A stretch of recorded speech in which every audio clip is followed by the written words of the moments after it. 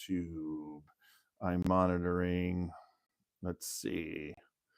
Yeah, it says 0. What's remember to guard, learn more.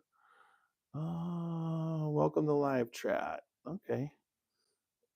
I want to chat. Oh, no, I can't chat. I actually have to put up. Okay, so normally we could take a little tour here. This is like one of the cabinets I have where I have, 1792. I have a Harlan Wheatley Blanton's. I've got a Jimmy Russell's and Jaretta Russell's sign Wild Turkey decanter. I got some Hardin's Creek and some Chicken Cock. My Jim Beam neon sign, and then you've got special bottles with my Buffalo Trace, but then Luca Mariano Taylor done by Andy, and then you got the James Beam, really kind of a cool thing. And then over here, once again, this is the man cave for the Scotchy Bourbon Boys. That 944 Porsche is an airbrushing that I did, and then you got another whole bar set with full. Then you got a barrel full. You got shelving. My Jim Beam Booker's painting. My that is Allison Chain's Few. Another cabinet with glassware and bottles, and then you got the set back there with the Bourbon Festival 30 plus the new one. So we are about to put this up. And I will put that up for everybody. Hopefully, I gotta check the sound, but I will zoom in a little. Let's zoom in a little. And we'll slide that about right. Yeah, that should cover it. Nope, let's go back. Maybe let's see if I zoom out now. Perfect. Now I'll check that. And everybody on Facebook, here I come. I'm coming back. What was that? What was that? Okay. It didn't fall, but it wanted to fall. Here we go. Hey, Greg, good to see you. Barrel pick. I have not opened that because I can't bring myself to open it yet. Oh. Walker gave that to me for Christmas there, Greg. And so, I'll drink it. After talking to you, I will definitely have some of my stash, but we won't be talking too much about that. All right, so I'm going out of here, going to go over to YouTube on my thing. Once I get this confirmed, we'll get ready to start our podcast. My wife tonight is working late, and there's the live. Let me know what you guys think of that. I created, let's blow that way. There I am. Make sure that the microphone's working. And I created the actual artwork using AI. And that's the first time I've done that. I've got a subscription. So some of my pictures going forward are going to be pretty cool. So let's work for that. All right. Well, I just have to do the welcome tonight. We monitor comments. Please tell us where you're from and what you're sipping on.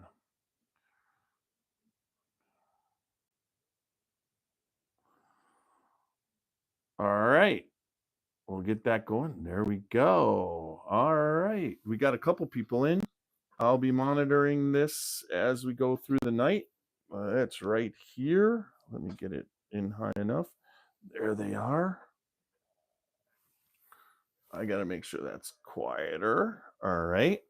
So we're about to get ready to start, but let me go through the sponsors of everything. Hey, Christy. Oh, Mark's here too. Talking a little bit about old Carter tonight. So excited. This is my favorite batch. So we are going to do the rating system, which is our barrel banging rating system, and we'll do that throughout there. Since you and Mark are watching, I will do that once we get this going. I will get right into the barrel banging session of Old Carter Batch 9, which I think it's going to rate high because honestly, this is some of the best whiskey that I've ever drank. And tonight I was thinking about, I knew I was going on this alone tonight, and I was thinking about, well, what would I barrel bang? What could I do that, I have that the other guys don't, but I want to put out there. And I thought, now that Mark is making Old Carter again, and more batches are going to be coming, that I would barrel bang the Batch 9, my favorite whiskey of all time. So that should be interesting. That will be brought to you by our sponsor, Old Louisville Whiskey Company, Amin, which Christy, also, you guys know him very well. Amin does a great job over there at the Louisville Whiskey Company there in Louisville, Kentucky. Make sure that you guys stop by, say hi, and always mention that if you hear about it and you go there, make sure you tell them Tiny of the Scotchy Bourbon Boys sent you, because that'll tell Amin that his sponsorship money is doing well. All right. And then also we have Whiskey Thief Distilling Company, Walter Zausch. You've got Kelly Tennille, and you've got oh my God, I know Derek, and come on, Walker, give me Derek's last name. I know you got it. Every time I always forget it, but also there's also Hannah out there and everything, and they just give you such great service and hospitality when you're there. I mean, their Frankfurt location is the Three Boys Farms and Sprovery. Thank you, Derek Sprovery, their distilling manager. Kelly's distiller, and Walter's the owner. And when you go out there, it's a barrel pick all day, every day. They're in Frankfurt on Three Boys Farms. It's like a farm to glass experience. You're out there. They've got everything going, a great place to go. Make sure that you check it out. And no matter even whether you go to their Louisville New Lou tasting experience that they have there now, or you go out to the farm, no matter what, you're going to get an uncut and unfiltered experience. So make sure you check out Whiskey Thief Distilling Company. Then you also have the Spirit of French Lick, Alan Bishop's old stomping grounds. The whiskey's still there, folks. So if you get a chance to get out there, visit them. Tell them that Tiny of the Scotchy Bourbon Boys told you to come, and you're going to want to check out their William Dalton, or their Lee W. Sinclair, uh, or their Maddie Gladden. But know that if you're really, really interested, contact me directly, because I've got our newest barrel pick, which we did before Alan Bishop left as the master distiller there, and he helped us pick two barrels, a William Dalton and a Lee W. Sinclair. If you're interested in tasting them, I can get that done. So give me a call on Facebook, Messenger. Let me know if you want to try that, and we'll go from there. And then also, remember, Alan Bishop has two wonderful social media experiences. One is you have Ghost, you have everything, a podcast on Spotify, our iHeart, and Apple, and all other podcast formats. But it is a podcast about the spirits industry and the spirit occult whole experience. It mixes both. You get stories and about people working in the spirits industry and all the spirits that haunt that area. But he covers everything on this. He covers aliens and conspiracies and everything. It's a great podcast. Check it out. And then also, he has his One Piece at a Time Distilling Institute, and he also does Distillers Talk. But the One Piece at a Time Distilling Institute on YouTube is the great home distillers channel for whatever you need. You can send him a question, he'll answer it for you. He has all that knowledge. It's a great, informative, geeky, whiskey, nerdy kind of thing. So check that out. One Piece at a Time Distilling Institute. And last but not least, Jason Giles down there in Houston, Texas, is doing Rosewood bourbons and ryes. Right now, it's kind of tough, but if you contact Jason Giles through Messenger on Facebook and you're interested, it is the bourbon that Andy Dufresne in the movie Shawshank Redemption framed him because he had his fingerprint on that bottle that smashed that night of when his wife and wife's lover were murdered in the movie Shawshank Redemption. So it's really kind of a cool thing. But check Jason out. The reason why he's a sponsor of our podcast is because his either whether it's his Kentuckian or his Indiana his Indiana blends are fantastic. So check them out. So there we go. Got that covered, and we'll go from there. Let's get this podcast rolling so we can get right into it. All right. So you're going to hear about a 30-second brief, and then we'll get going. You'll hear our song, and we'll start the podcast. Here we go.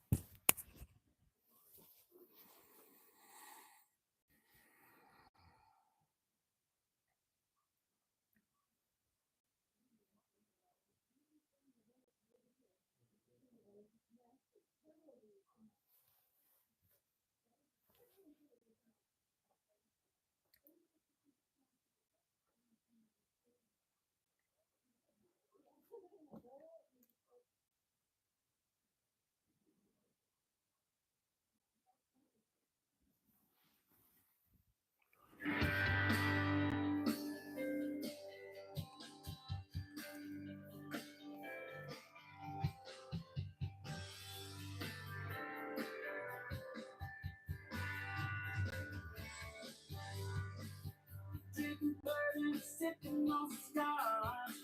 We get a little wild, but it's sure fun to watch. We love what we do, we're drinking every brew, and it's awesome, but we're telling the truth.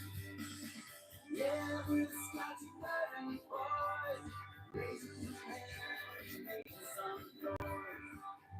Yeah, we're the Scotchy bourbon boys, we're here to have fun, you know, enjoy. We're here to have fun. Yeah.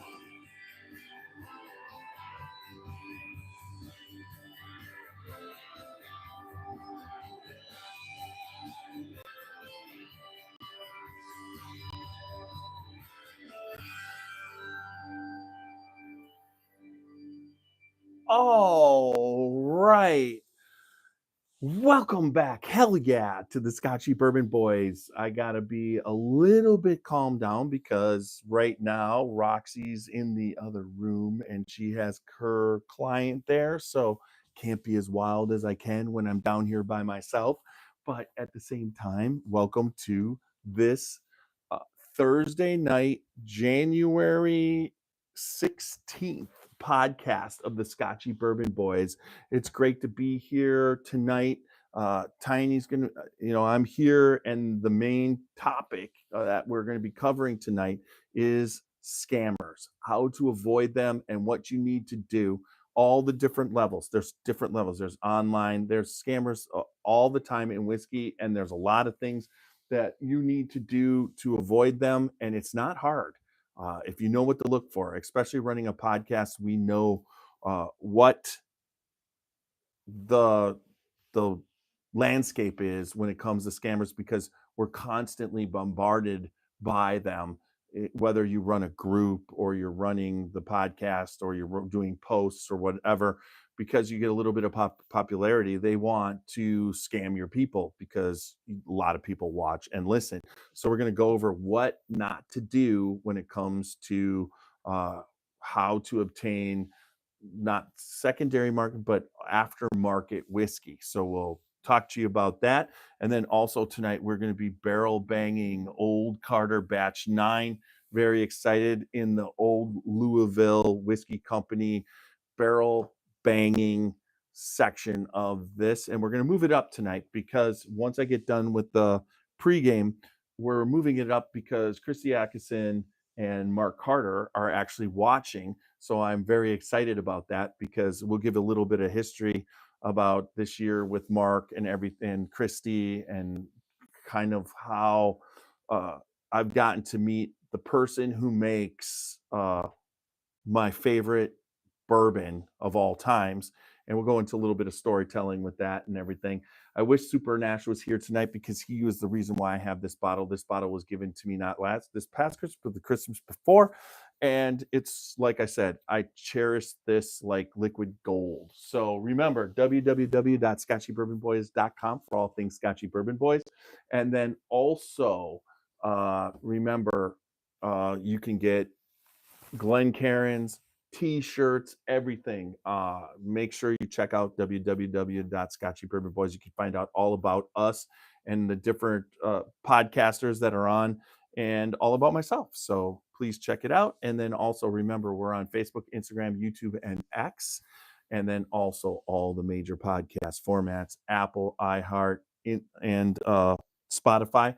But whatever you listen to us on, there's so many different ones that we're on. We're pretty much on them all.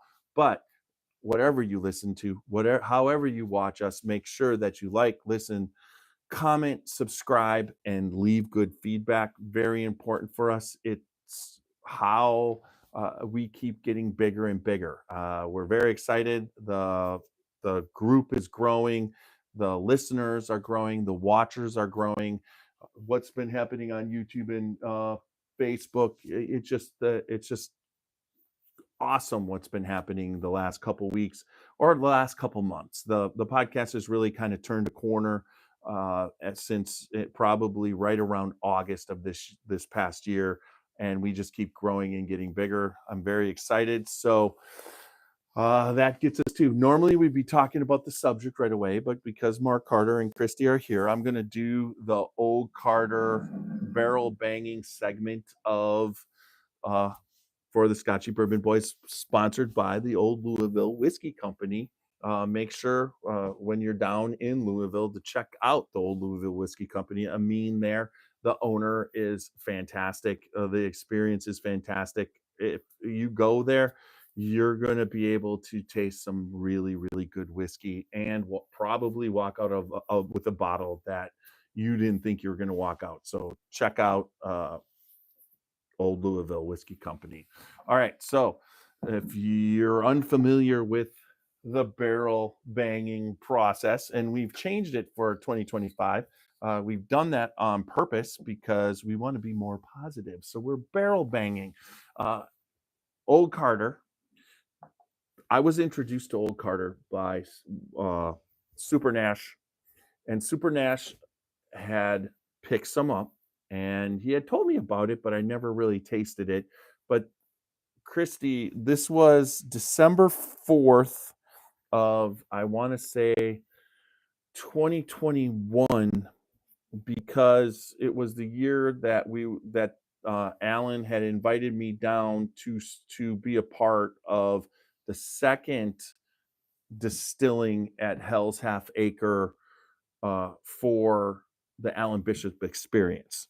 And what happened was, all of a sudden, we were down there, Super Nation and Xavier and I were all down there, had been invited. We were staying at a hotel uh, close by to where Alan lives. And Nash had brought down and purchased a bottle of Old Carter. And he had the Kentucky batch #1.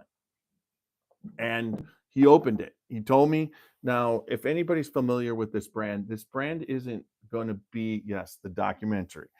The brand is not a cheap brand, but I'm telling you that out of all the brands that are higher priced, this brand is 100% worth it. It's just really, really, really good tasting bourbon and ryes.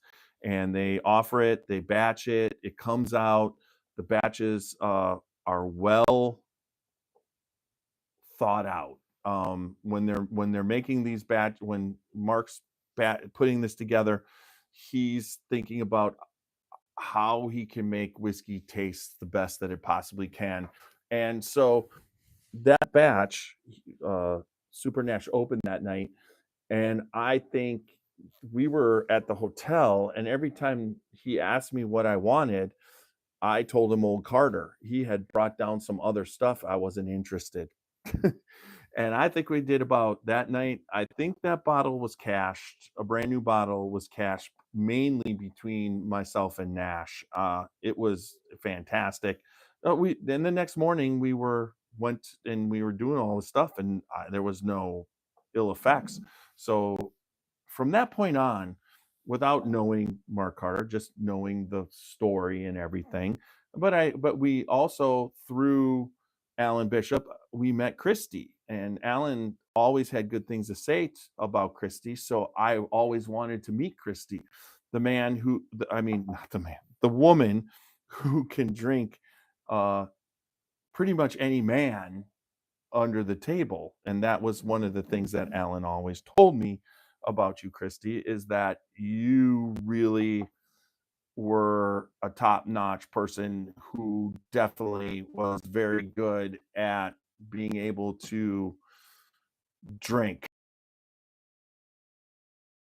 And know you, that was something, as she says, it's true.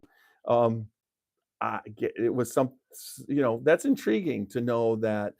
I mean, Christy, you're not a large girl at all. I mean, you definitely you're of a smaller proportion, but still have whatever. So after getting to know you on Facebook and whatever, and getting to meet you, it's been nothing.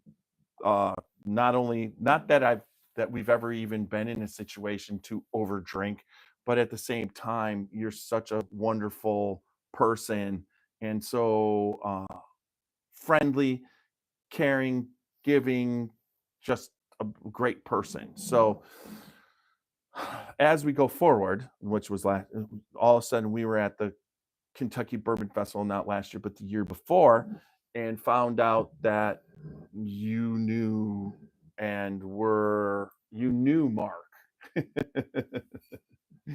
And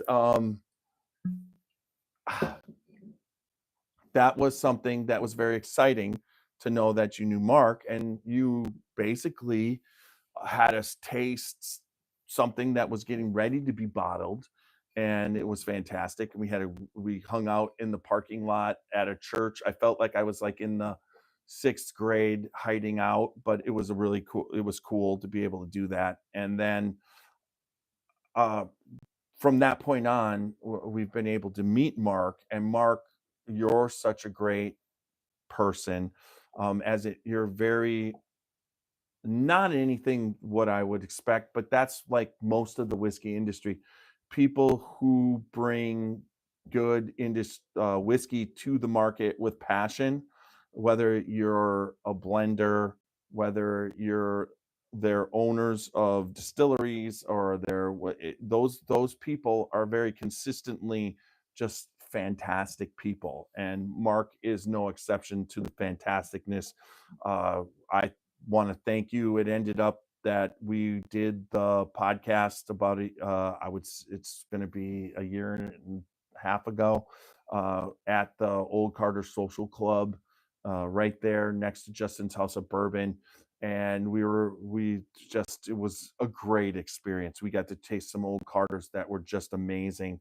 Uh, it's just the whole aspect of this brand, and then to be able to be a part of knowing you guys, seeing you in New Orleans, and then again seeing you at the festival, and then it's just kind of like been really, really a lot of fun, and it's I really appreciate it, Christy, when we come down.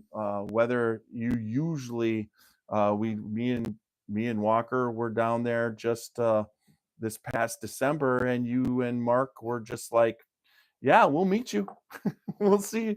So that's something that's great, and it comes through in the whiskey. So, all right. So we're gonna get through to this Old Louisville Whiskey Company barrel bashing segment. Not bashing, banging.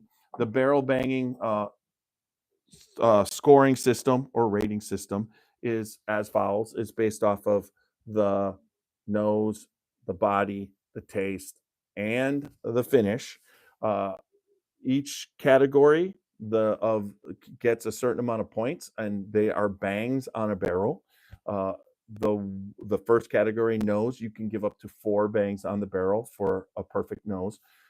The second category, which is body, based off of viscosity and then also overall mouth uh, feel when it comes to the whiskey. And then that you can also get a 4. Taste, which is obviously what's on your front palate before you go to finish. I always say it's from the tip of the tongue until the hug, and that it can give up to 5 points, and then or bangs.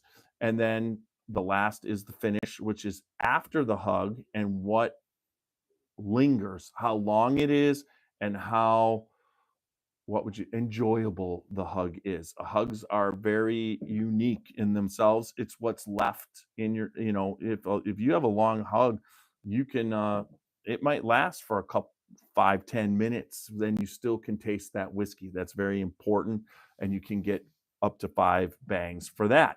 But if you think one category is exceptional, you can add a but up to it, and so the total of a perfect bourbon or rye or whiskey would be 19 of 18 bangs. So let's get this show on the road. This here is Old Carter batch number 9. This is bottle 1788 of 2892. Who actually filled out the labels? I would like to know that, Mark. Thank you. It was a great experience doing your podcast with you. You do such a thank you. Mark is thanking us for letting him do the podcast. I don't know how he thanks me. That was fantastic, because to be in the Old Carter Social Club up there, that was just similar to when Walter Zausch took us to the Pendennis Club, and we were there with him drinking the Pendennis bottle and doing stuff. It's very similar in experiences, and we really appreciate all the experiences that we get. Jay did most of them. Okay. So, and then this is 66.4, which is 132.8. That is a high proof for it. These are small batches, and all I can say is I mean, I love the label. I always have. I love the color of it, the whole thing. It's like it reminds me of an E.H. Taylor, but at the same time, it's not as yellow. It's got its own thing, and for a brand that you brought out It exudes Kentucky bourbon. There's no doubt about it. So it's barrel strength. There's no doubt. Straight American whiskey is what it is. So in this one, bottled in, okay. So this one's straight American. So let's do this old Carter Batch 9. The way it works is they are distilling now. Their own Mark is distilling his own distillate. This one is 99% corn. Oh, awesome. See, having Christy and Mark, he knows what the batch is. So it's just so good. The caramel on this is whatever. And let's get it in. I'm going to have a decent pour. But 132 is really nice. And I mean, you could still see how much I have after. It's just something. I share it with what would be an honor is when you get up to Canton, Mark, and I would have you and Christy over for dinner, would do something kind of special, and then to be able to share a pour of this right here in the podcast at the podcast bar would be something amazing. Let's see. Hey, what do you think about Black Label? Honestly, I'm more of a tequila, but so I don't know what kind of Black Label that is, Uze, because I wish I knew. But I do like Black Label. Some of the bourbons that are Black Label. I think there's a Black Label Jim Beam, good, and Black Label Evan Williams. I mean, there's so there's that. So we already went through that, so we get to do this. I'm looking at it I've got an old Carter Glen right there, so that's really kind of cool. This Glen goes on top of that bottle. I will never forget that Glen. I love that. So let's see what we got here. That's not something. All right, here we go. Oh yeah, dinner. Yes, at Bender's. Yes, that is a great place. Just let them know that Bender's is, let's see, about, I would say 1, 2, 3 blocks from where I work. So we've had lunches at Bender's. You get the same food for less price. Bender's is known for their turtle soup, but yeah, it's really kind of cool to be able to do this podcast with Mark and Christy on the chat. There's no doubt about it. Oh, the nose. So it's a caramel milk dud, but no, I'm excited because usually, although sometimes great bourbons, when they sit, they stay great in the same. But I've always found that, or great whiskeys, but I always found if you got the longer it sits and oxidizes, it picks up even, all right, I'm going to tell you, popcorn. There's a milk dud, caramel milk dud in there, but it also smells like popcorn, like a salted popcorn and caramel milk dud. I mean, I don't know how that's happening, but it is. Oh my God! No matter where you go, no, now at 132 proof, that's that you smell it off the nose, but it's so.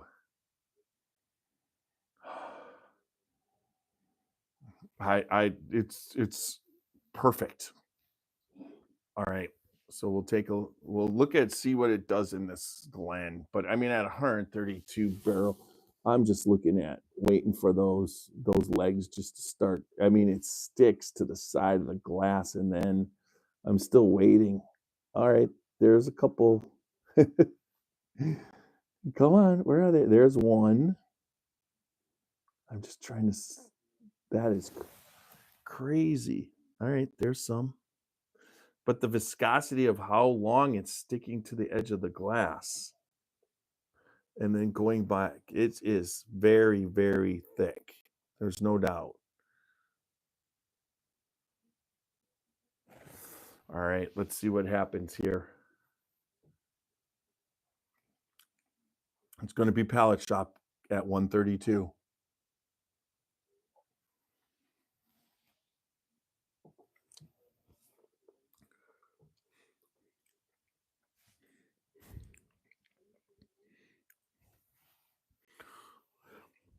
The legs right there going in finally started going in as long and thick.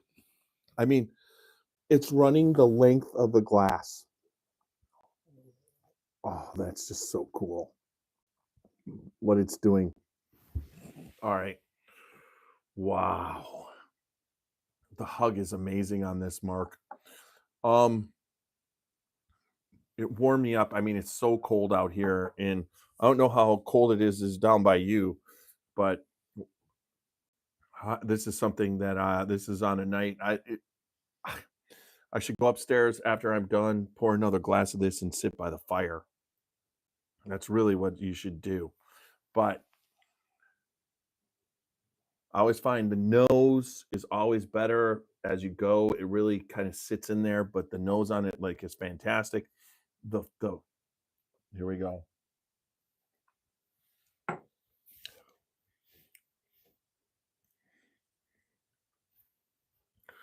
The body's amazing because it hits the cheeks too. I mean, there's the flavors everywhere. And this is one of the reasons why this is such an amazing bottle. It's why I love this batch. I would say the popcorn aspect is still there, but it's almost like caramel corn when you got a caramel corn going. But how easy for 132 this is on the flavor goes, but there's the spice is not there. So based off that, nose is getting better too. A lot of times when something's 132 proof, it's too hot. And the only reason why it's not too hot for me, what it's too hot for is to be able to taste what's going on. A lot of times, some of these big high proof whiskeys and bourbons, when you're a proof hound, it's kind of like the spice, it's a little bit too spicy or it's too peppery because it gets in the way of tasting the other flavors. It might even have a good nose, but you're not picking it up because it's too. Now, the body is unlike anything that I ever tasted. It's a top of the line, fantastic body. Now, the taste is so much in my wheelhouse. And there's another brand. I mean, this is an American whiskey right here, 99% corn. You know, it depends, what batch, but some are bourbon, some are American whiskeys. And when they're American whiskeys, or whatever, that just means it would, if it was a Kentucky whiskey, but it's bottled in Kentucky, but selected and blended in Kentucky.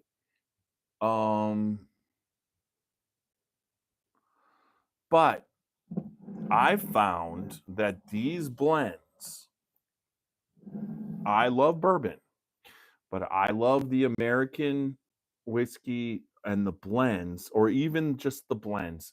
Another really good place that does good stuff is that I found some of the best whiskey that I've tasted also is Preservation, right there, right there in Bardstown.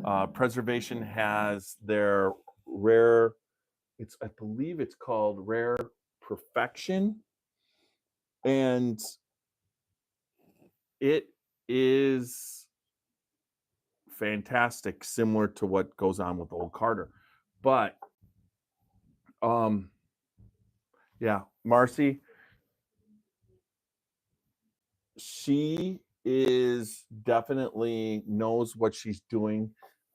They do they got the distillery there, great tour, but the actual stuff of what they put together in some of that, I had first one, I had the Rare Perfection 14.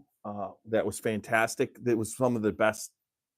It was right there with what with doing the Old Carter, and then the 15 I picked up last year, and it's so good too. But let's get back to the Old Carter. So,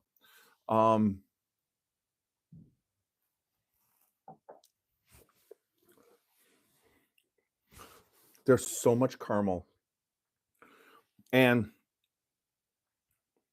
then there is that popcorn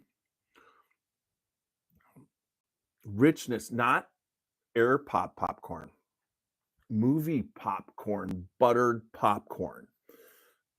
On, I think that transfers to the finish, but the whole time you're tasting that, it towards the back of your throat, there's a caramel just going on, so rich and beautiful.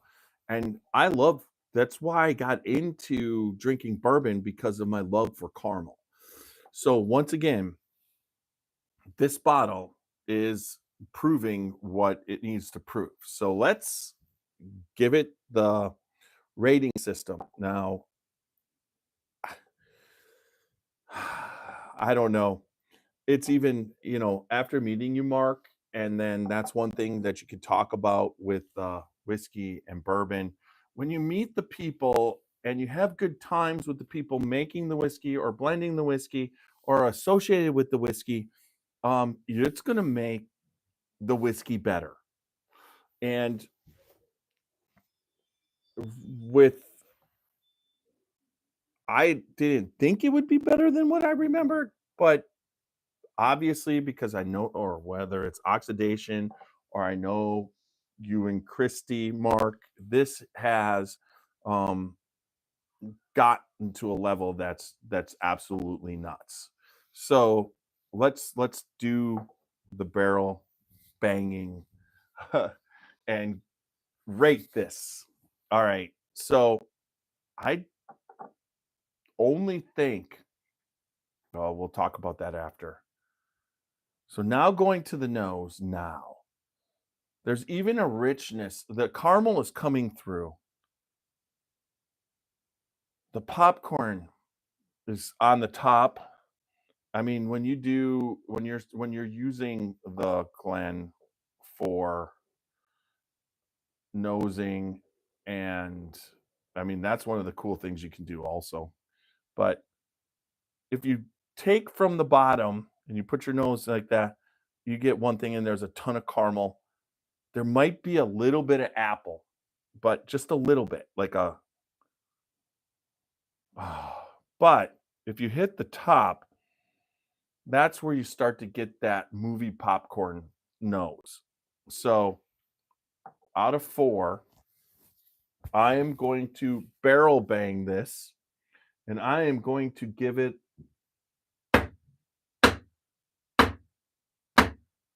on the barrel 4 barrel bangs. I hope you all heard it. Sometimes it's the noise canceling takes it out, but I gave it 4 barrel bangs out of 4. Body. See, I have to pick. I can't. Oh, okay. So I'm going to cheat. You know why I'm going to cheat, and know how come I can cheat? Is American friend. I'm sure this is. I have someone. There's a guy.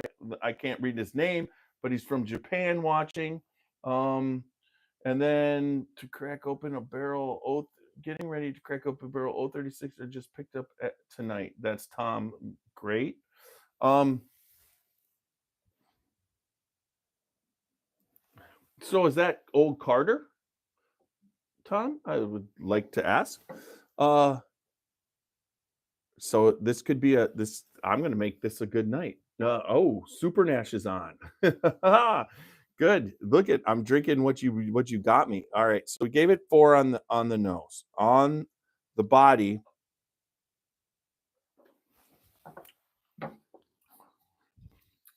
I'm going to give it a 4 on the body out of 4, and a but up. So it got a 5. So this is where, Mark, I mean, honestly,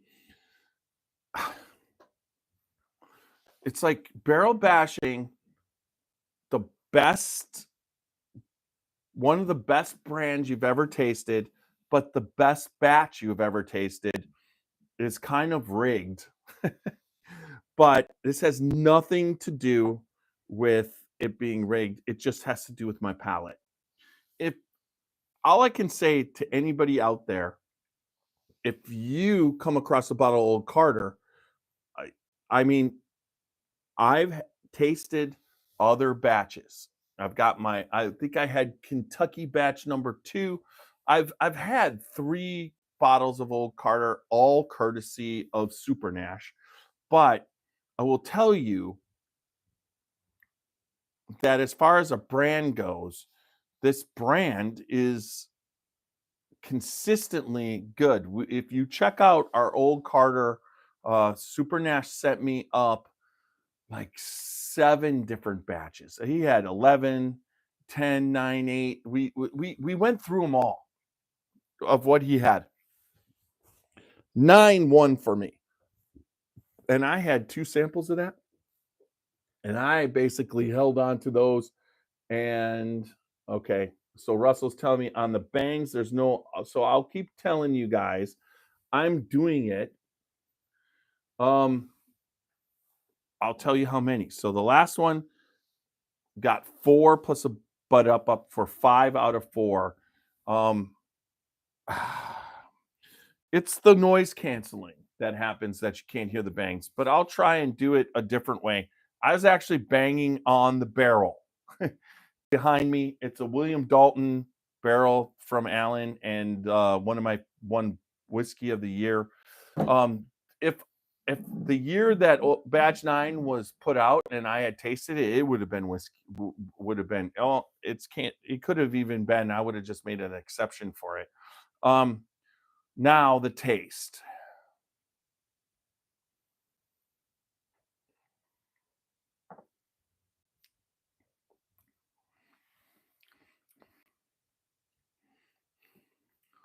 Caramel toffee.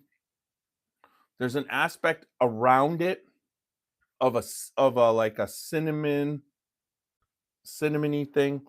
Then if you match the caramel and the toffee with the cinnamon, it tastes like movie popcorn.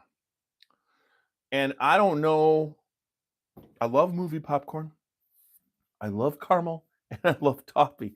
And it's not just a little bit, guys. It's there. It's not just like some bourbons, you can taste those little hints. It's strong and forward. At 132.2, how the hell you don't have some of the heat burn that off is crazy to me, but it doesn't. So here's what we're going to do. We're allowed to normally just butt up one category. But tonight, because of this, I am going to give this, because I can give it 5 for the taste, I'm going to give this a 5. And another butt up. Now, this isn't the first time there's been 2 butt ups. There has been one other time, but this is only the second time ever, and it deserves it. So I give this a 5 out of 6. I give the body a 4 out of, I give it 5 out of 4, and I give the nose a 4 out of 4. So now we're going to go to the finish. Let's see. On the finish, the hug could be a category in itself of this. I mean, the hug is amazing.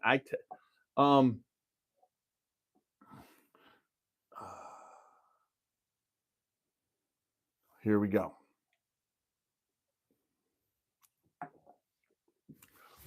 Let's see how long the finish lasts.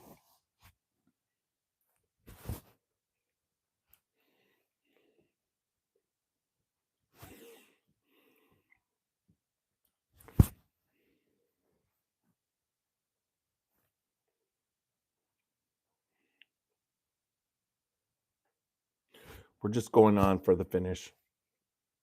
It's a long finish.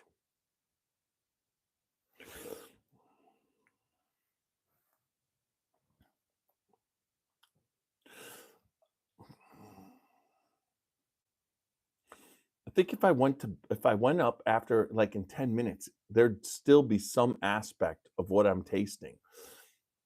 Now, it's gone from movie popcorn to like an apple wood finish, which means like an apple mixed with a little bit of wood. And then it turns that it might be tobacco, but it's not. And then it's a little bit peppery, but it's not too peppery.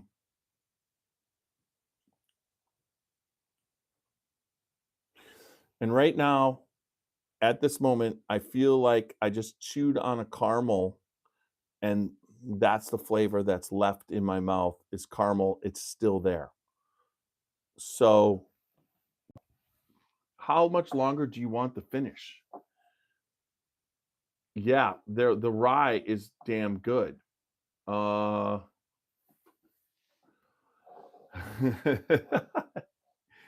Me too, Martin. I couldn't do this right. That's why I couldn't do this one because I'm extremely biased. All right, here we go. Okay, there's no such thing as extremely biased, Super Nash, because honestly, it's like you're only biased because it's awesome. Uh, we know Christy and Mark, but it's not like Christy and Mark's sponsoring the podcast. Although Mark, if you ever want to sponsor the podcast, I'm open for, because I only let people who I love their whiskeys sponsor the podcast. This is amazing. Now, one of the things that this does, and I'm going to give this finish a 5. So, in this barrel banging segment, Old Carter, brought to you by the Old Louisville Whiskey Company in Louisville, Kentucky, has scored a 20 out of 18. In my opinion, seriously, this is the epitome of perfect American whiskey for tiny. Because I look at whiskey and bourbon for their caramel flavors, the vanillas, the caramels. I've always been a fan of that. I don't mind chocolate, but it's not caramel. If you put a chocolate in front of me and you put a caramel in front of me, I'm picking the caramel. You ask me if I want chocolate or vanilla ice cream, I'm picking vanilla ice cream.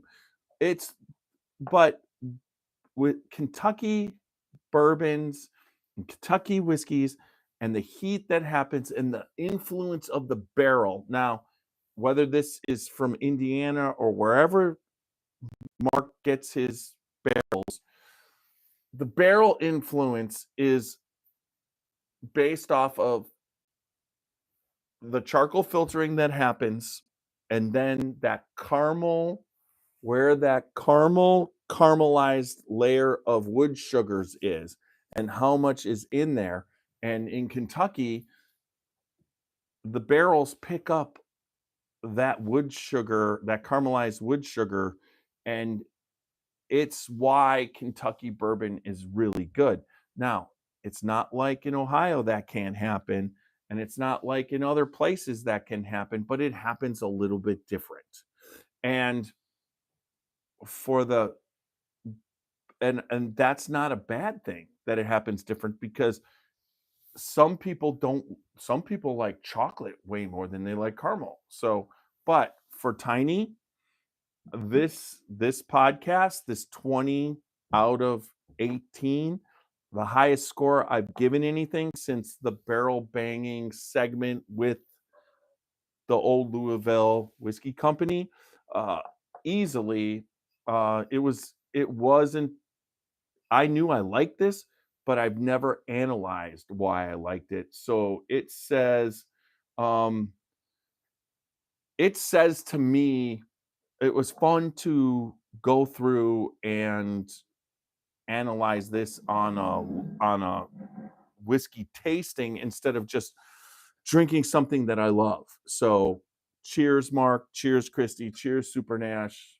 Cheers, Randy. Cheers, Walker. And cheers, John. And if you ever see a batch of 9, or if somebody, I'm always for this is it for me. So if someone knows how to get a batch 9, let me know. Because I mean, like I said, it's right around MSRP is $2.99 for this. You can get it a lot of times you're going to get it for $3.35 or whatever. But I've spent $330 on a bottle in the past. I think it was Race King from Rabbit Hole. Good, good, good whiskey. Comes in this bottle. I got Cave to sign it. It's got this topper. But the great thing about Old Carter is this is what the price is, but it's not special. It's got a normal cork. It's in a regular bottle. The star of this, to make you spend that little bit extra money, isn't the bottle and the extra marketing. It's the whiskey. So when people ask me, are some whiskeys worth it?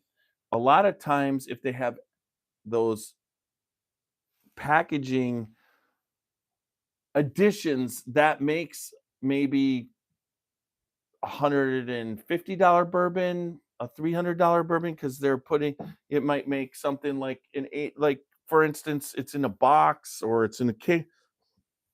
It's like a justification of the expense. This doesn't need it.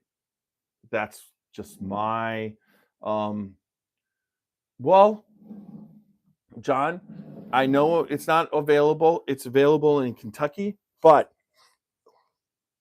Mark's making it again. Um yeah, get old Louisville, John. Old Louisville, Amin's got it happening. But Mark is bottling again, and there's going to be more Old Carter available. And if you're interested, when you're going throughout the state of Kentucky, you will see it.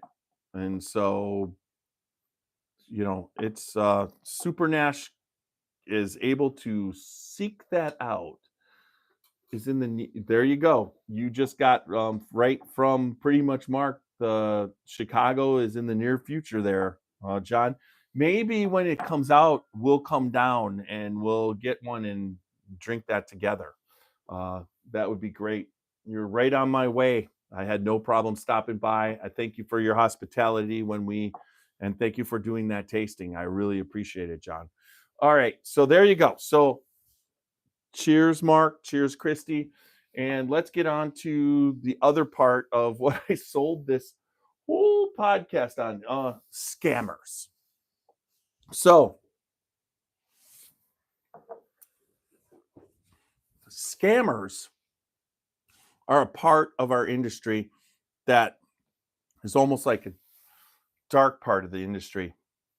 It happens on very different levels. So, one, I'm going to ask you this question right here.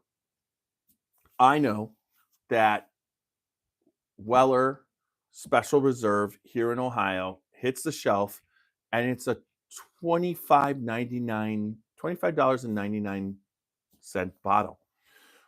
When I go down to Kentucky, I could see it for $75, $80 on the shelf of the liquor store. Now, what happens is there's certain brands that are shelf brands.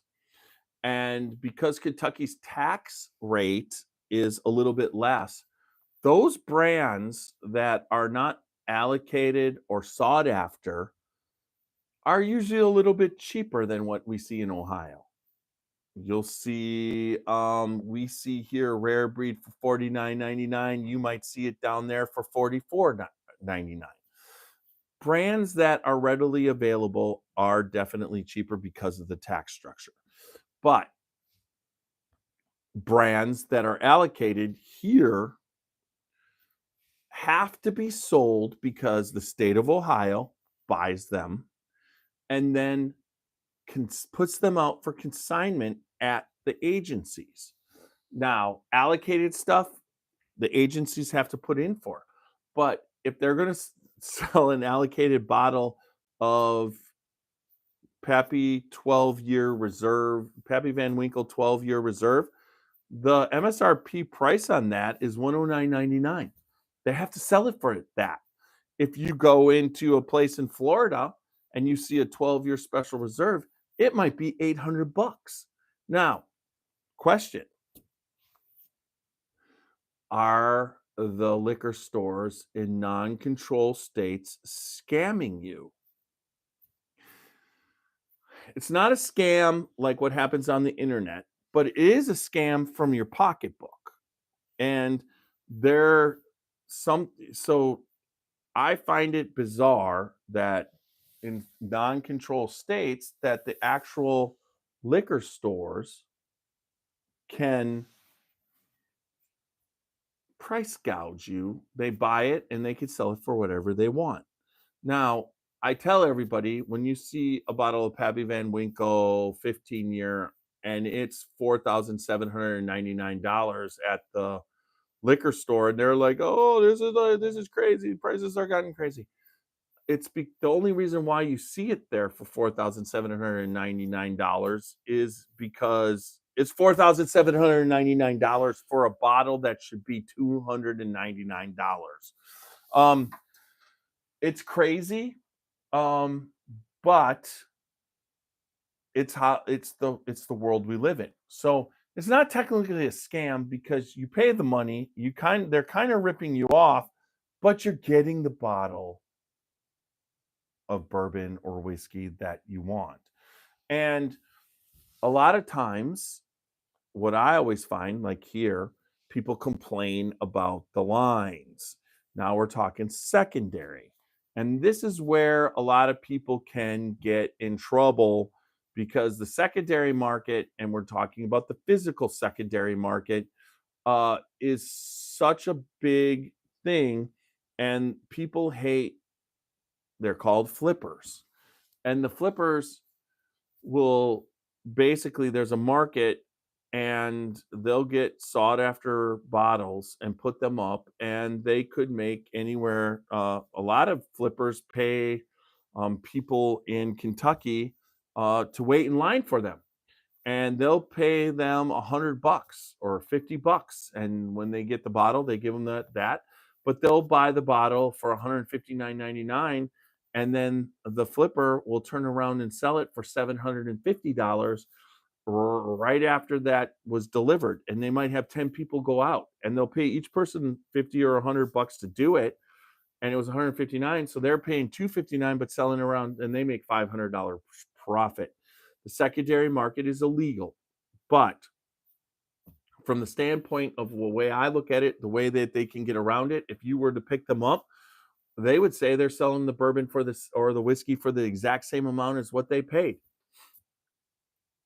They're charging the customer the $100 that they paid the person to wait in line, and they're charging them for the service of getting it.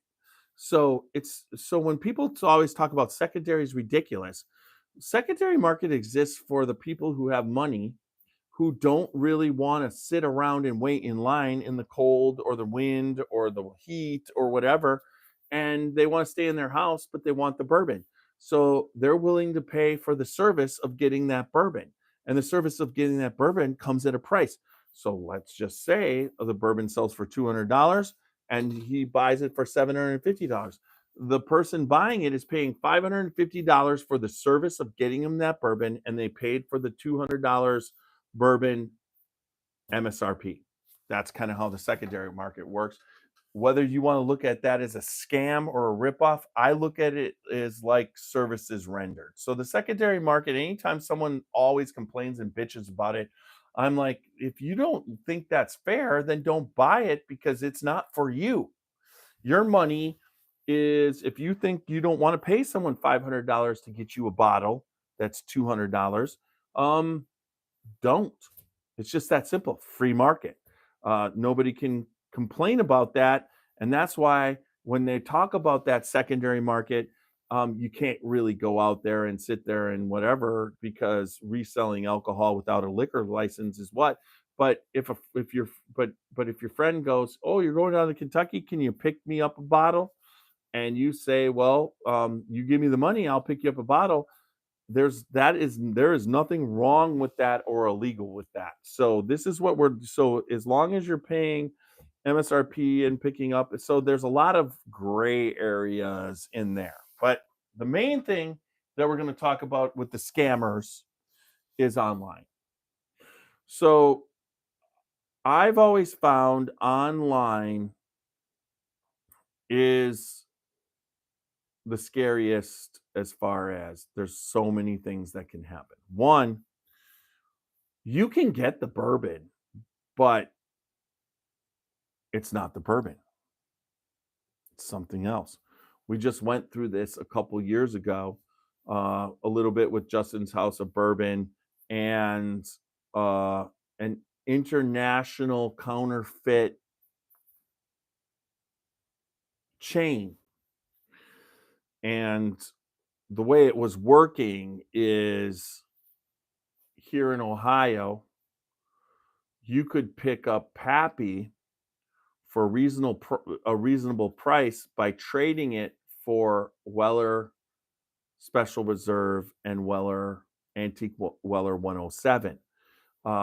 Antique Weller 107 was $50 a bottle worth, and Weller Special Reserve was $25 is what you were paying. So they would sell you a Pappy 15-year for $650 based off of 50. So if you were able to, 50 times 10 is 500. 13 bottles of Weller Antique 107, or a combination of Weller Special Reserve at $25. But it came out to like you were paying $650 for a Pappy 15. Pappy 15 doesn't sell for $650. Pappy Van Winkle 15 on the secondary market is close to $2,000, right around there. That's what it goes for. So you get it for $650 because you're giving them Antique 107 and Weller Special Reserve at that price thing. So everybody was doing that. But it turns out that while they were doing this transaction for a Pappy Van Winkle or E.H. Taylor's that were coming in, E.H. Taylor Tornado Blend, Tornado Batch, E.H. Taylor 18-year-old man, all the different high-end Taylors or the Pappy Van Winkles, they were trading them off, and then they would sell them for whatever, and you had a bottle of Van Winkle.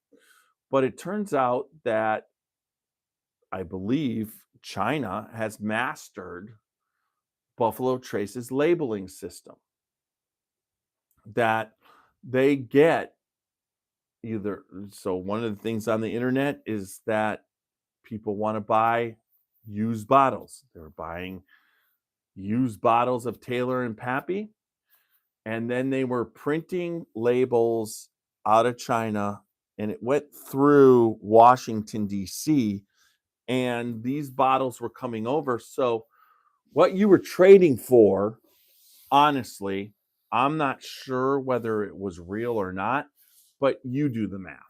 You're paying $650. You're trading them for a Pappy 15 year that sells on the secondary for $2,000. They're selling it to you for $650, but they could turn around and sell that 600. They could turn those $50 bottles of Weller Special Reserve to $200. So you're going, well, they're going to sell them for 200, and that's why if you took the 12 bottles at 200, that's 2,400, and that's what Pappy sells for.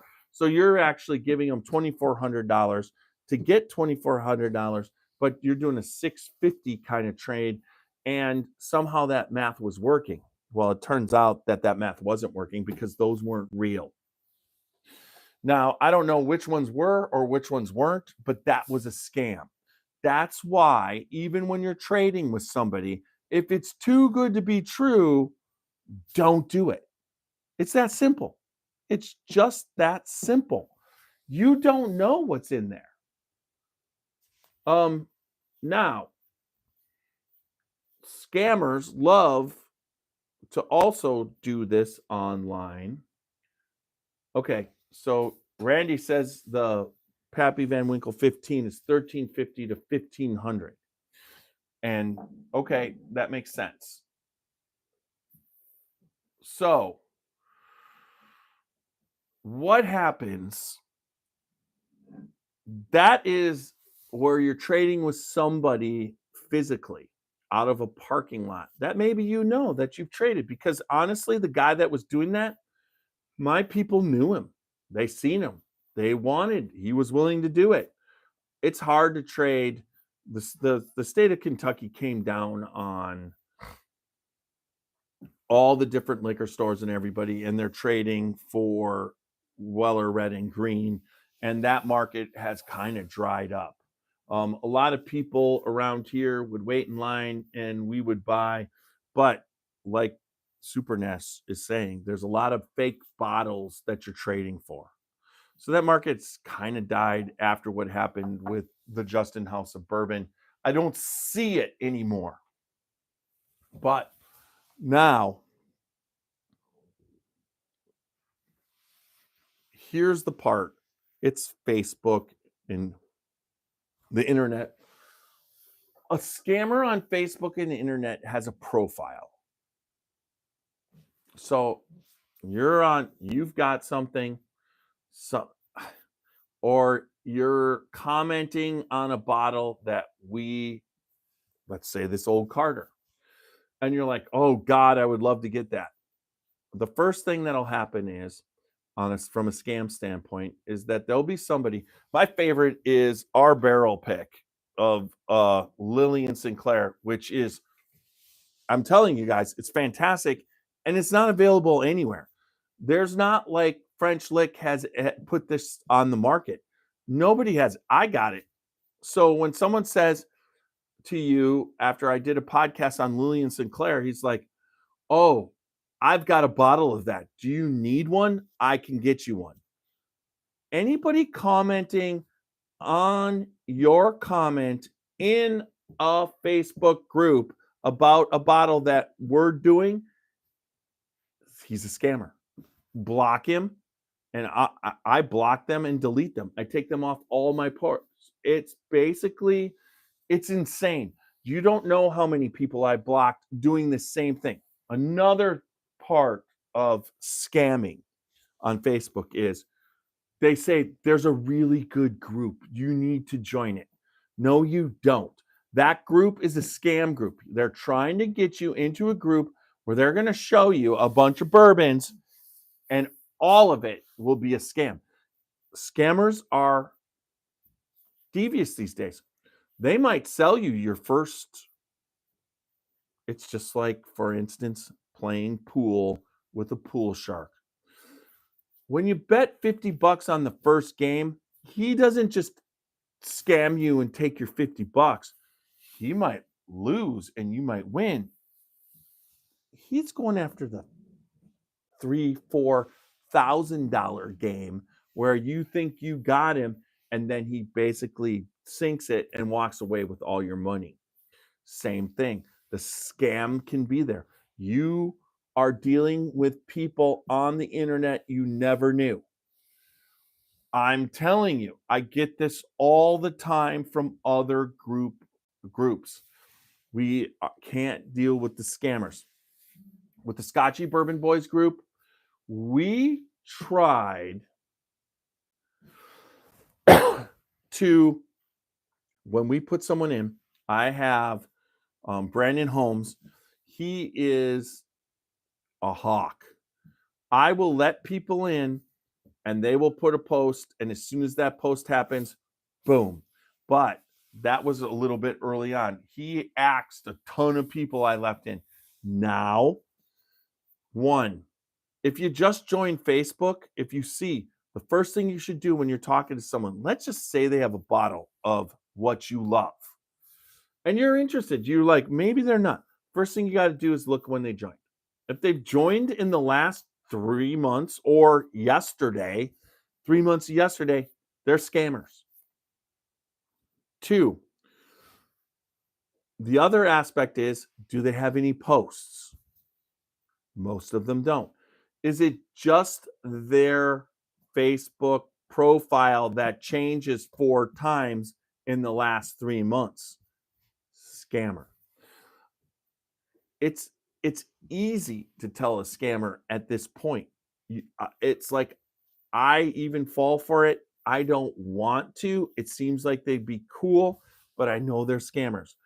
Scammers also, if you're in a group and someone approaches you that they got that bottle, look and see if that bottle they're saying they got is based off the podcast or the post. Look and see if they say that to everyone. If they're telling everyone they have that bottle, scammer. A person that has that bottle won't comment and say he has that bottle. He'll just basically put it in, not on your comment. He'll just put it up there that he has the bottle and let people approach him, not them approaching, not the scammer approaching you. So, in my opinion, if anybody approaches you with the bottle, they're a scammer. One of the biggest scams out there is, my friend's dad died and I got all these bourbons and I don't know what to do with them. Right there, that story, scam. You can't believe their stories. They're trying to scam you.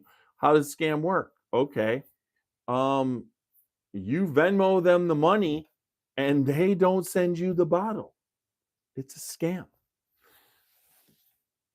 How can they have a bottle that only I have that I haven't sold to anybody that would be able to resell that bottle? So there's lots of stuff that goes on, but that's the main scam. The other big thing with the scam is no picture. I mean, seriously, if they're Facebook and they're like they can get it. Now, if they have it, the other thing that you can look for is to make sure it's really one of their pictures, because you can just look. If they just have one post or 0 posts, I mean, when someone is real and wants to come into the Scotchy Bourbon Boys, they started in 2007 and they got posts going forever. Some people don't post a lot, but they got 2 posts from every single time. So you don't want to be scammed. One, so how do you actually find somebody that can get you that bottle that you need? There's legitimate places. Now, one thing I noticed is there are actual liquor stores online that are formidable places. Now, those people usually approach me and let me know and ask me if they can put out that they can get this and that. And I will research them and put them in the group based off that you could get something from them. But I'm going to tell you, They don't go around and telling you they have the bottle. They basically are in there. I would suggest if you're looking for it, I would, Happy Times Liquor uh, in Louisville. There's certain places that I would suggest to go to, but they're not going to just have the bottle you're always looking for. I would send you to Brad Bond's at Revival Spirit, Vintage Spirits and Bottle Shop in Covington, Kentucky. I know Brad. I've been to his store. There's no scamming whatsoever. The same thing when I meet somebody, I gotta say, I just met somebody here in Ohio who likes to find, he loves Crown and he does old Crown. But you need to form a relationship with the people that you want to trade with, or you want to be able to get certain bottles so that you're not scammed. One, if it's too good to be true, it's too good to be true. Nobody's getting you something that nobody can get, that they keep trying. Yeah, I mean, Brad Bonds, what he has down there is crazy and on point. I mean, he's not looking to rip anybody off, but his prices are reasonable, but he still needs to make money. I mean, there's a lot of different places out there, but the scam aspect is real. I don't know how many people in groups say, "How do you deal with the scammers?" I have to stay on top of it. I can't believe sometimes we're doing this on Facebook and a spammer just jumps on. Now, you all are smart enough to get rid of him. I mean, I make sure he's blocked and I delete all of his comments and everything. And but telling them, if you can tell this guy's a scammer, it doesn't matter. There's a certain amount. It's almost like the scammer has bots that are putting out every comment, and it's like he'll be like every single time, this is a scam. So does anybody have any direct questions? Like I said, it's real easy to tell a scammer's profile. They won't have any history. They'll have created it recently. I'm just telling you, a guy that wants to sell bourbon online doesn't come on last Tuesday. If someone is not, now, you're not allowed to sell bourbon online, but if you're trading and you're doing things and you're going to be in groups and you're going to be getting to know people. You're not going to be just going, "Hey, I can get you that bottle. Hey, do you need that bottle? I got 3 or 4. Hey, do you need that bottle?" No, those are scams. And you got to not fall for scams. I can't stand it when someone says, "Oh, I wanted to get a bottle for my grandpa and they said they had it and I paid 700 and I can't get a hold of them. They're gone. Do you know about this guy?" It's like, if you're asking me if I know about this guy, you're already scammed and it's too late. I they'll tell you also, I've met so many people in the bourbon industry that they'll send you it and then you pay them. It's just that simple. It is just that simple. Hey, Matt, good to see you. When I first started once, yeah. But at the same time, it's sad that these people are out there. So they're taking advantage of your love and your passion for whiskey and bourbon. And that's something where I learned about being scammed is that as an artist, when I used to create art, I would get these dumb emails. And God, I wanted to believe it. It's like, "I want to get a birthday present for my husband. I love your artwork." And they'll pick one piece and they'll tell you how much they love how the red blended with the sunset and everything that you did. And they'll talk about that one piece, but I want to get 5 or 6 for him. And then when I get and I want to negotiate a price, and you're just like, "Oh my God, someone appreciates me." And but then you look, and that's one thing also. If you have someone talking to you, search his name. on the internet. This person, if nothing comes up, he's not legit. And if something bad comes up, it's like every single time anybody ever contacts you, if they got something where you think they could be legit, you need to search, is this legit? And then whatever. And I guarantee you 100% if you're searching, it's a scam. It's just that simple. It is a scam. Yeah, as John Ritz says, people are awesome, but people suck too. Yes, I mean, one of the good things about bourbon is if you get to know the people in the industry and around this industry, um, bro works for the ATF. I don't work for anything, man. Um,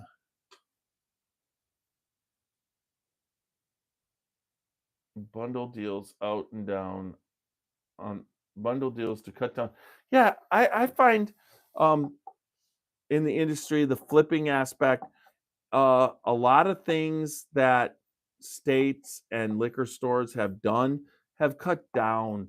And what we're about to see is, just so you guys know, you're going to read a lot about how the bourbon industry there's a glut, or it's just sales are starting to be stagnant and this and that. But I will tell you, I don't think sales are stagnant. I think growth has hit a point where we're slowing down the growth. We're buying an awful lot of bourbon, and an awful lot of bourbon's being made, a lot of whiskey's being made. And right now, the amount of whiskey that they're making isn't matching the growth. But I don't think it's going backwards. What I think is that consumers are being smart with their dollar, and they're being more picky. They're not they've gone through the stage of buying everything new. They want to taste what they buy before they buy something new, and it's only going to be good for the consumer. It's not going to be good for the retailer or the maker. It's going to be good for the consumer because right now, in my opinion, prices have peaked, and they're going to, for competition purposes, because there's going to be competition now for that market on the shelf. And when you get competition for that market on the shelf, what happens is very good things for consumers. Prices are going to fall. I think they've made enough, and our market isn't keeping up. Now, one thing that could change that is what happens with the overseas market. And honestly, I think the big guys, the Centauris and the Sazeracs and the Camparis and Diageos, all are geared up for the foreign market. It's going to happen, and they're going to, I think that this, what they've got and what they can ship over there is it's just gotten so high quality that that market will take off. So that's what I'm looking at, and that's what they've been producing this massive amount at Heaven Hill, or they're doing that. But right now they got a little nervous because we as Americans have slowed up a little bit, as far as we're not just buying everything. So that's my take on the the industry itself. But yes, I agree, John. They play on your emotions. I've I've had, it's like you're trying to buy your dad a special bottle, and this guy comes, says he has it. He'll show you pictures of it, and then he's like, "Yeah, send me that plus shipping, and I'll get it to you." And then it never shows up. This is classic. You gotta know the person somewhat. Just make sure you know. Have a relationship, build a relationship. If you meet this person, just don't start buying whiskey from him. Meet him, have a pour with him. Have him bring, when you have the pour, have him bring a bottle. Now, as far as counterfeit bottles, that's a whole different story. I mean, it was crazy, that whole thing that went down.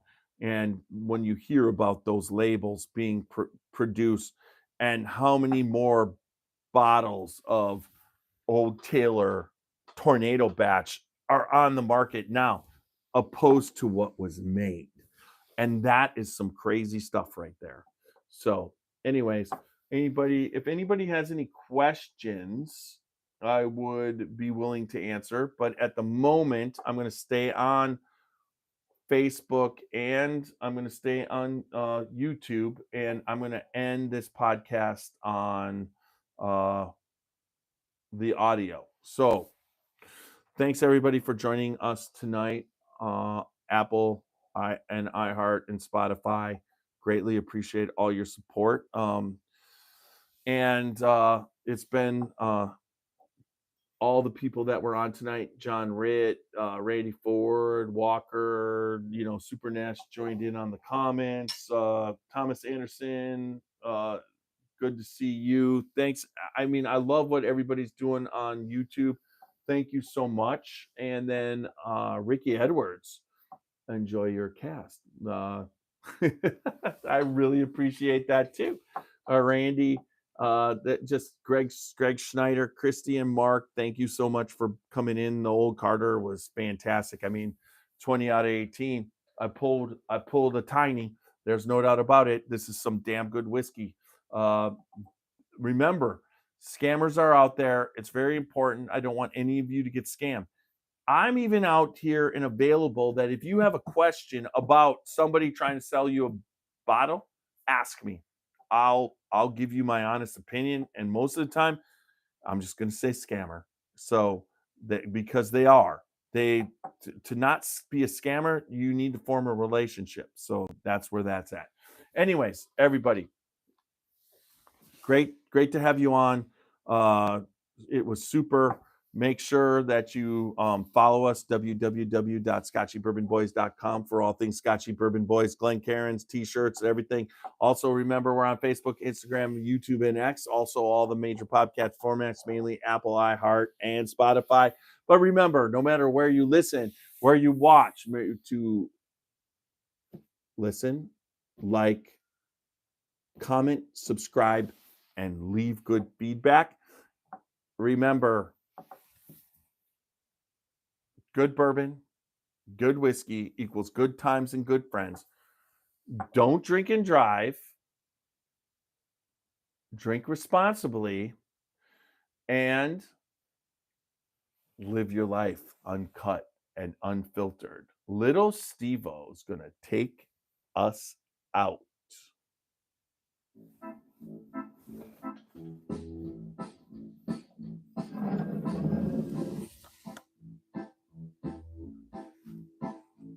Oh, show me the way to the next whiskey bar. Oh, don't ask why. Oh, don't ask why. Show me the way to the next whiskey bar. Oh, don't ask why. Oh, don't ask why. Oh, if we don't find the next whiskey bar, I tell you we must die. I tell you we must die. I tell you we must die.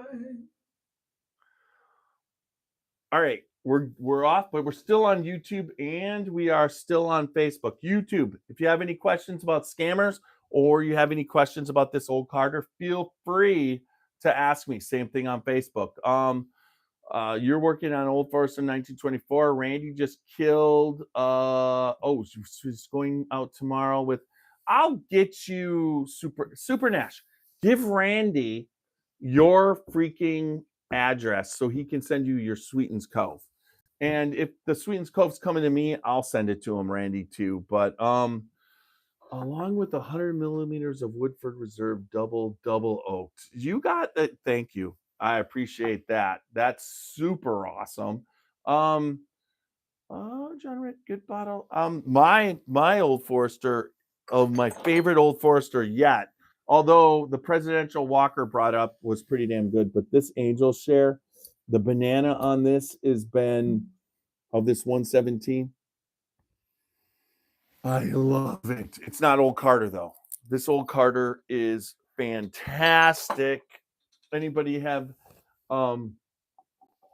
it's just like, yeah, wow, that's intense. We went from like 20 people on YouTube down to one in a second, and now we're back up to 8. I love how this goes.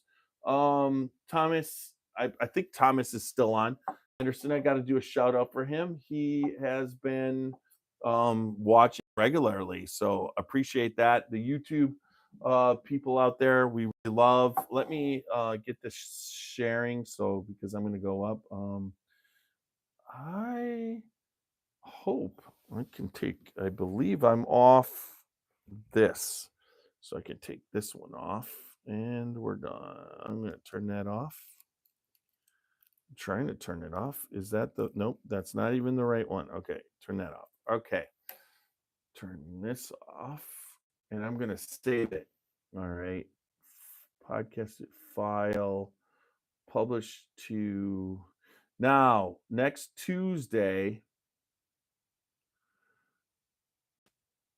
uploading. Okay. Next Tuesday, we will be doing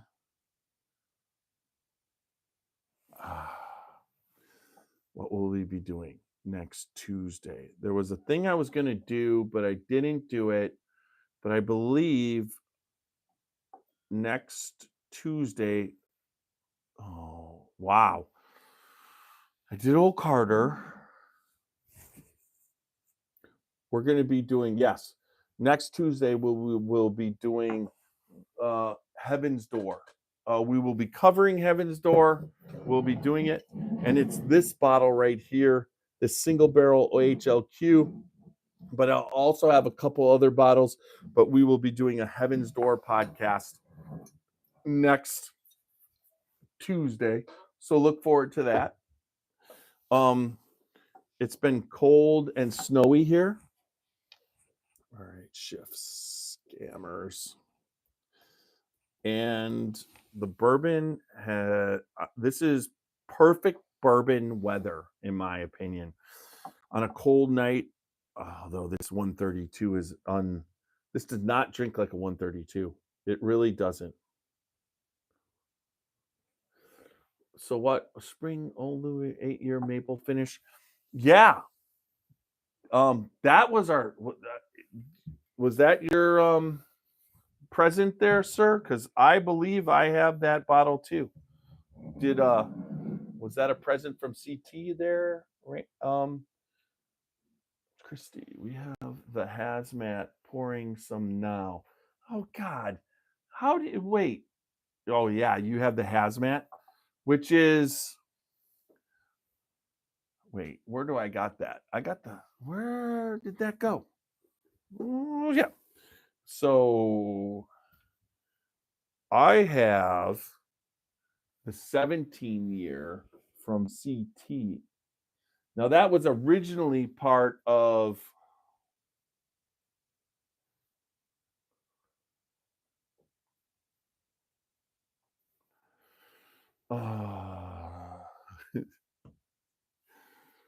well then, Randy, if you're gonna have to do, if you're gonna do that, you're just gonna have to bring them up and be on live.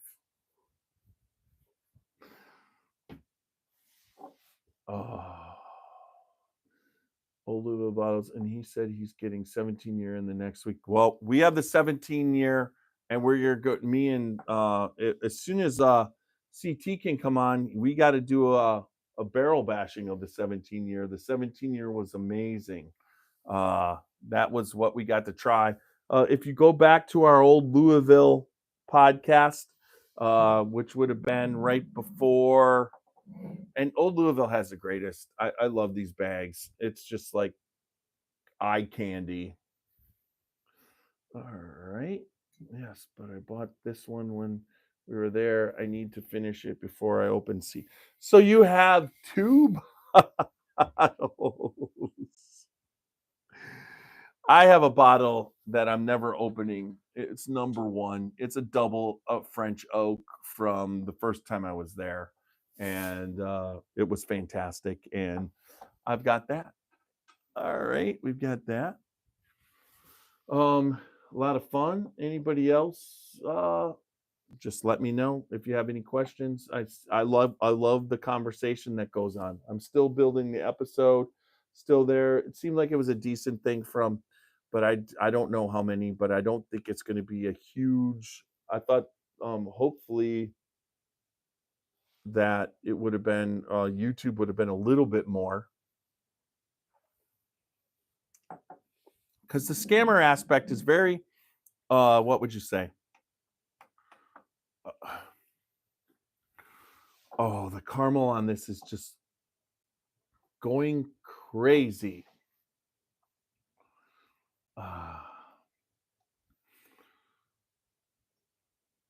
Thank you for joining, Super Nash. I really appreciate that. But I'm telling you, my favorite bottle, man. It's up there. Look at it goes right in this hole right above. That's where this goes, up on that top shelf, right next to that 2023 cellar aged. And if you really want to get into it, it's the Bardstown Carter.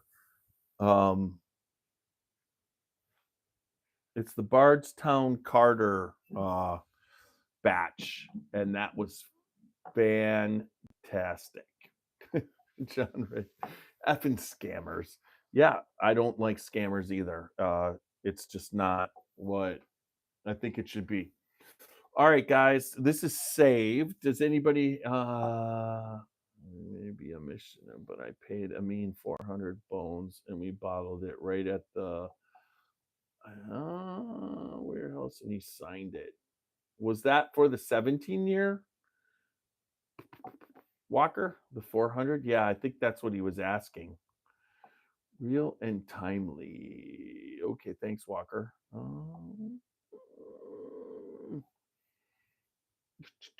Let me know when to come up. I will, Randy. Or me come down. I'm going to be, I believe, right after the Maker's Mark. Hey, Super Nash, just let you know that I think if you come up for the Maker's Mark on the 7th, I would drive back with you to South Carolina and then continue on down to see my mom and dad. So that's something. Carter Sellers, also from our friend Mark. Yes. Yes, that's a 17-year. Yeah.